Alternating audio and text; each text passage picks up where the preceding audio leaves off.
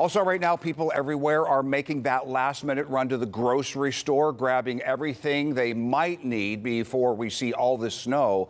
And as KDKA's Jessica Riley found out, grocery stores are feeling overwhelmed. Yes, the winter storm is coming, and yes, the grocery stores are extremely busy. Carts are full, lines are constant, and workers are going overtime and making sure these shelves are stocked for the people coming in, getting prepared for the storm this weekend.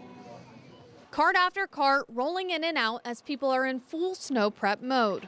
I thought I'm going to get some firewood just in case I need to actually cook outside and things like that. You never know what challenges the storm may bring, but 8 to 14 inches of snow is no joke, and that's why you won't be alone shopping. Just grabbing every last-minute preparations for the weekend. You know, we could get anywhere from 0 inches to 40 inches, so I want to be prepared for the worst just in case. Right now, rock salt is not easy to find anywhere. The only thing I don't have is as much salt as I'd like, but it's sold out everywhere that I've gone the past 2 days. So. But good news, food and essential items like the classics, eggs, milk, bread, and non-perishable items are stocked. And while we tend to make jokes about when a storm is coming and to brace yourself for the grocery stores, many realize having the essentials is important, especially with the impacts unknown. Just making sure that, I don't know, food feels like safety sometimes, and when you have kids at home and people to take care of, it's like, well, at least we have the essentials. We can hunker down under some cozy blankets. Remember, tomorrow night is when the storm moves in, so considering today and early tomorrow for the rest of your prep shopping is your best bet. It could be a couple days that you're locked in your house, right? You can't get out anywhere, so you got to make sure that you have everything that you need to survive a couple days. Reporting in Fox Chapel, Jessica Riley, KDKA-TV News.